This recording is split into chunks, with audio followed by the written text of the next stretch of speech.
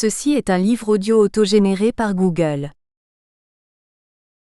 L'enfant exposé aux violences familiales. Collection Sciences criminelles dirigée par Robert Cariot. La collection Sciences criminelles se destine à la publication de travaux consacrés à l'analyse complexe du phénomène criminel. Multidisciplinaire par définition, elle a vocation à promouvoir les réflexions critiques portées par les disciplines impliquées, dont l'angle d'approche spécifique enrichit la connaissance globale du crime, tant en ce qui concerne les protagonistes, infracteurs, victimes, société, que les stratégies d'intervention sociale, prévention, répression, traitement. En France comme à l'étranger. Les contributions, émanant de chercheurs, de praticiens de la justice ou du travail social, empruntent la forme d'ouvrages de doctrine, de recherche collective ou d'actes de rencontres scientifiques. 2 séries complètent la collection. Le traité de sciences criminelles, multi-auteurs, présente sous la forme de manuel les principales disciplines qui composent les sciences criminelles. Philosophie criminelle, criminologie, politique criminelle, droit criminel, procédure pénale, criminalistique, médecine légale et victimologie. Les controverses rassemblent de courts essais sur des questions majeures de la connaissance scientifique dans le champ criminologique. En pointant leurs contradictions, redécouvertes et zones d'ombre, les réflexions participent à une meilleure compréhension de la complexité des conduites humaines. Y. Le PENEC, centre fermé, prison ouverte. Lutte sociale et pratiques éducatives spécialisées. R. Cariot, la prévention précoce des comportements criminels. Stigmatisation ou bientraitance sociale? R. Cariot, Peme Banzulu dire, la victime est-elle coupable? Peme Banzulu Enterk, la médiation familiale pénale. Peme Banzulu, la violence à l'école. Où est passé l'adulte? Page V. Tournier, loi pénitentiaire, contexte et enjeux. Dréan Rivette, de la criminologie en Amérique. R. Cariot, Bessayou, le crime au féminin. Réalité et tabou. R. Cariot, Peme Banzulu dire, la justice restaurative. Une utopie qui marche? 5. Également la collection criminologie. P. Tournier dire, la Babel criminologie. S. Abdellaoui dire, les jeunes et la loi. P. Tournier, dictionnaire de démographie pénale. Sous la direction de Robert Cariot. L'enfant exposé aux violences familiales. Vers un statut spécifique? L'Harmattan. Controverse. Ont collaboré à cet ouvrage. Robert Cariot, professeur de sciences criminelles, codirecteur de l'unité Jean Pinatel de sciences criminelles comparées, UJPCRAJ, codirecteur du master de criminologie Université de Pau et des Pays de l'Adour. Liliane Daligan, professeure de médecine légale, Université Lyon 1, psychiatre des hôpitaux, Centre hospitalier Lyon-Sud expert près la Cour d'appel de Lyon, présidente VIFF SOS Femmes. Laure Alice Friedman, psychologue clinicienne, Association pyrénéenne d'aide aux victimes et de médiation, APAVIM, Pau. Françoise Gourinardhilereau, psychologue clinicienne, thérapeute du couple et de la famille, Pau. Nora IRRLALLOUNI, assistante familiale, DE. Assistante de service social et titulaire d'un master de criminologie et droit S des victimes, Pau. Sabine Renoux, criminologue, médiatrice pénale, Association pyrénéenne d'aide aux victimes et de médiation, APAVIM, Pau. Pascale Simonet, assistante de service social scolaire, département de l'Essonne. Copyright L'Harmattan 2012. 5 à 7, rue de l'École Polytechnique, 75 005 Paris. http://www.librairieharmattan.com. Diffusion.harmattan@wanadoo.fr.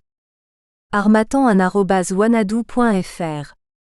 ISBN 978 296 56 834 1. EAN 9 782 269 568 341. Avant-propos. Dès sa création en 1999 par la première promotion du Master de criminologie et droit S des victimes, l'association TIMA s'est fixée pour objectif de promouvoir le droit et l'accompagnement des victimes et ou de leurs proches et de sensibiliser un large public à des problématiques d'ordre criminologique, dans l'endroit comme dans l'envers du crime, à travers, notamment, un colloque annuel 1. TIMA a choisi cette année, en partenariat avec l'unité Jean Pinatel de sciences criminelles comparées, UJPCRAJ, et l'Association pyrénéenne d'aide aux victimes et de médiation, APAVIM, de braquer le projecteur sur une forme méconnue de victimisation, celle de l'enfant exposé aux violences familiales. Peu d'études existent sur ce sujet. C'est la loi du 9 juillet 2010 relative aux violences conjugales qui a replacé cette thématique au centre des débats. En effet, cette loi est la première à prendre en compte l'impact des violences conjugales sur l'enfant. Elle a ainsi relancé l'intérêt porté à cette question, donnant lieu à de nombreux colloques au cours de ces derniers mois. Afin d'adopter une vision d'ensemble sur ce phénomène alarmant, nous avons décidé d'étendre la réflexion aux violences familiales. En France, la question de l'enfant est privilégiée, qu'il soit délinquant ou en danger, il doit être protégé par l'État. Mais quoi de plus délicat que de protéger un enfant exposé à des violences au sein de sa propre famille ? Cette dernière est non seulement le lieu privilégié de l'épanouissement affectif et personnel de chacun, de l'émancipation de l'enfant, mais est aussi un lieu privé, d'une intimité telle qu'elle impose un droit de non-regard. L'exposition des enfants aux violences familiales peut avoir de lourdes conséquences sur leur développement, qui ne peuvent être négligées au regard de l'enjeu humain qui se trame derrière cette violence. L'enfant en pleine construction identitaire ne risque-t-il pas d'intérioriser ces modes de fonctionnement familiaux, violents comme normaux ou comme acquis ? Et ces modes de fonctionnement violents ne sont-ils pas source de développement de comportements antisociaux ou délinquants futurs ? Ces questions se posent légitimement, puisqu'en effet de nombreuses études criminologiques ont mis l'accent sur le lien entre carence affective et délinquance. La violence au sein de la famille est une violence particulière puisqu'elle implique les êtres les plus importants aux yeux de l'enfant, ses repères familiaux, parentaux qui lui serviront de modèle dans sa vie d'adulte. Voilà pourquoi la thématique de l'enfant exposé aux violences familiales s'est imposée comme la plus complexe, la plus pertinente et la plus légitime sur laquelle il est nécessaire de se pencher aujourd'hui. Une thématique intrinsèquement criminologique, puisque riche de questionnements et d'approches des deux côtés du crime. L'enfant occupera naturellement une place centrale dans nos travaux. Les interventions ont été programmées autour de cette position, afin de mettre en relation les différents professionnels susceptibles d'être au contact de l'enfant exposé aux violences familiales. Tout d'abord au travers de la contextualisation de cette problématique et de son dépistage dans le cadre d'approches psychologiques et sociales, afin de sensibiliser les professionnels à la nécessaire prévention, la plus précoce possible, de ces situations particulières appelant sans doute un traitement spécifique. L'accompagnement de l'enfant exposé aux violences familiales sera ensuite envisagé du point de vue des pratiques actuelles. 3 situations, parmi tant d'autres, seront envisagées autour de la prise en compte de l'enfant. Celle de l'enfant et de sa mère dans un centre d'hébergement et de réinsertion sociale, celle de l'enfant seul au sein d'une famille d'accueil et enfin celle de l'enfant en groupe dans le cadre de l'expérience des ateliers marionnettes au sein d'un service d'aide aux victimes. TIMA. Promotion Anne d'Hauteville 2010 à 2011. http://criminologie.unif-po.fr 1. Les actes de plusieurs d'entre eux ont fait l'objet de publications aux éditions L'Harmattan dans la collection Sciences criminelles. Les politiques publiques interministérielles d'aide aux victimes, 2001, 288 p.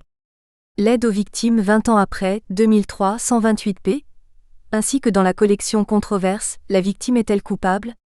Autour de l'œuvre de A. Fata, 2004, 112 p. Tabou et réalité du crime au féminin 2010, 129 p. La justice restaurative. Une utopie qui marche, 2010, 103 p. Un enfant exposé aux violences familiales. Contextualisation 1. Par Robert Cariou. Pour être concomitante de l'apparition des premières violences intersubjectives, malheureusement consubstantielles de notre humanité, la question de l'exposition des enfants à celles-ci n'a été que très récemment abordée de manière scientifique, en victimologie plus particulièrement. Or, quel que soit le milieu où ces violences familiales surviennent, des conséquences et surtout des répercussions peuvent affecter souvent de manière profonde, variée et durable les enfants concernés. Il convient néanmoins de ne pas oublier à cet égard que si toutes les familles sont susceptibles d'être touchées, le nombre n'a jamais fait proportion. En d'autres termes, les recherches criminologiques rappellent sans équivoque cette réalité. Plus que proportionnellement, le crime apparaît comme un drame de la misère, affective, relationnelle, cognitive, culturelle, professionnelle, économique et sociale principalement. L'indifférence sociale à l'égard de ceux qui souffrent du crime, se manifestant aujourd'hui plus qu'hier au travers de politiques criminelles orientées massivement vers une répression populiste plutôt que vers une prévention raisonnée, notamment précoce, s'est transformée en une inacceptable violence sociale, amorcée durant les 30 piteuses et renforcée encore depuis les 30 calamiteuses actuelles. Avant d'envisager l'ampleur concrète du phénomène et ses principales manifestations, il convient de préciser les contours des termes retenus pour cette journée d'étude, car tous font débat aujourd'hui en doctrine et par conséquent dans la loi, qu'elle soit internationale, régionale ou nationale. Notion. Que faut-il entendre par enfant ? Le terme générique de mineur aurait pu être préféré, sans distinction aucune selon l'âge, sinon d'avoir moins de 18 ans, sans distinction quant à l'état qui le caractérise, fœtus, nourrisson, petit enfant, enfant, adolescent, post-adolescent voire pour certains auteurs jeune adulte. Sans entrer dans des argumentaires trop pointus, dont il sera sans doute question dans les autres interventions, il est possible de soutenir l'idée selon laquelle l'exposition aux violences peut intervenir dès la grossesse jusqu'à la fin de l'adolescence. Dès la période prénatale, au travers des coups donnés par exemple dans le ventre de la mère, ou de l'état psychologique plus généralement de la mère enceinte victime de violences. La doctrine ne constate pas de différence notable à l'égard des expositions lors de l'enfance ou de l'adolescence, mais bien davantage un continuum de nature à aggraver plutôt les conséquences de cette exposition. Ce qui conduit à souligner que les vertus de l'apprentissage, ou de l'imitation, pourront conduire à la répétition de ces comportements hétéro-agressifs durant la minorité et ou se poursuivre à l'âge adulte, mais encore favoriser des passages à l'acte auto-agressif. Que faut-il entendre par enfant exposé ? La réponse à cette interrogation est délicate dans la mesure où l'exposition peut conduire à qualifier de différentes manières l'enfant concerné. S'agit-il d'un statut autonome ou bien est-il réductible à celui de témoin, d'enfant en danger voire même d'enfant victime ? L'enfant victime est par principe directement touché par la commission d'une infraction, quelle qu'en soit la nature, en provenance d'auteurs qui lui sont plus ou moins proches. Le Code pénal prévoit en ce sens de nombreuses incriminations, assorties de circonstances aggravantes selon la qualité de l'auteur art. 222 à 12 et S. CPE accent aigu N, notamment. En cette matière d'exposition aux violences, l'enfant non initialement directement visé peut néanmoins devenir victime lorsqu'il s'interpose directement ou indirectement, par des cris, des paroles, des appels au secours, aux actes d'agression. L'enfant, le mineur, non émancipé, plus précisément, en danger est défini à l'article 375 du Code civil comme celui dont la santé, la sécurité ou la moralité sont en danger, ou dont les conditions d'éducation ou de développement physique, affectif, intellectuel et social sont gravement compromises.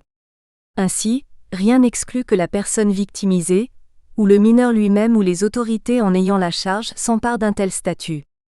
La question portant sur le point de savoir si l'exposition d'un enfant à des violences est constitutive en soi d'un danger, demeure pour l'instant non résolue explicitement en droit.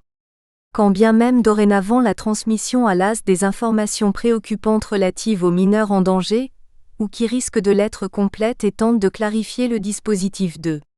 En fait, il apparaît difficile de ne pas estimer cet enfant en danger, sauf à mettre en place des dispositifs spécifiques et adaptés de prise en compte 3. Quant à la qualification de témoin, elle renvoie à une posture extérieure, généralement neutre, de la part de l'intéressé qui ne fait que voir et ou entendre une situation criminelle en cours d'accomplissement. Ou encore est témoin celle ou celui qui rend témoignage d'un fait, qui rapporte ce qu'il a vu et entendu, qui dépose en d'autres termes en justice. Dans le contexte des violences auxquelles l'enfant est exposé, la situation est radicalement différente car les protagonistes lui sont proches. Que faut-il entendre par enfant exposé aux violences familiales ? L'argumentaire du colloque a conduit à étendre le champ généralement réservé à l'étude de l'enfant exposé à des violences. Il ne fait guère de doute qu'il y a consensus quant à la nature des violences, physiques, sexuelles, psychologiques, verbales, économiques, sociales, culturelles, religieuses notamment, quand bien même la preuve de certaines d'entre elles apparaît extrêmement délicate dans notre système de justice pénale, crispé sur la matérialité des faits. 4. Par contre, dans l'esprit de nombre d'auteurs comme dans la plupart des dispositions légales, il est au contraire très clairement fait référence aux seules violences conjugales, à distinguer nettement des conflits conjugaux impliquant dans la réciprocité, des comportements violents des deux conjoints. L'expression violence domestique apparaît encore çà et là, mais est toujours à raison ou à tort, ramenée aux violences entre conjoints, violences auxquelles est exposé l'enfant. Si les apports des groupes de pression et des chercheurs féministes sont déterminants en victimologie, ils ne doivent pour autant pas conduire au réductionnisme. Comment en ce sens ne pas reconnaître que toutes les formes de violence, quel qu'en soit l'auteur, notamment à l'heure de la recomposition massive des familles, et quelle qu'en soit la victime, mère, père, membre de la fratrie, ascendant notamment, sont dévastatrices pour l'enfant qui y est exposé? On comprend mal un tel sectarisme, d'autant plus étonnant que dans les violences familiales, les filles et les femmes sont surreprésentées. Que la victime soit plus que proportionnellement la mère de l'enfant, est naturellement loin d'être indifférent et les perturbations d'ordre psychologique qui découlent des violences corrélatives, profondes et durables. Que l'agresseur soit le père de l'enfant de surcroît bouscule encore un peu plus la construction de la personnalité de l'enfant, et plus généralement, apparaît de nature à compromettre sa socialisation. Alors, sans vouloir trancher, tant la question semble polémique, qui est cet éléphant invisible ? Pour reprendre la pertinente expression d'auteur appartenant à Solidarité Femmes Genève 5, ni victime ni témoin. Nous espérons que vous avez apprécié cet aperçu. Pour continuer à écouter ce livre audio sur Google Play Livres, utilisez le lien dans la description de la vidéo.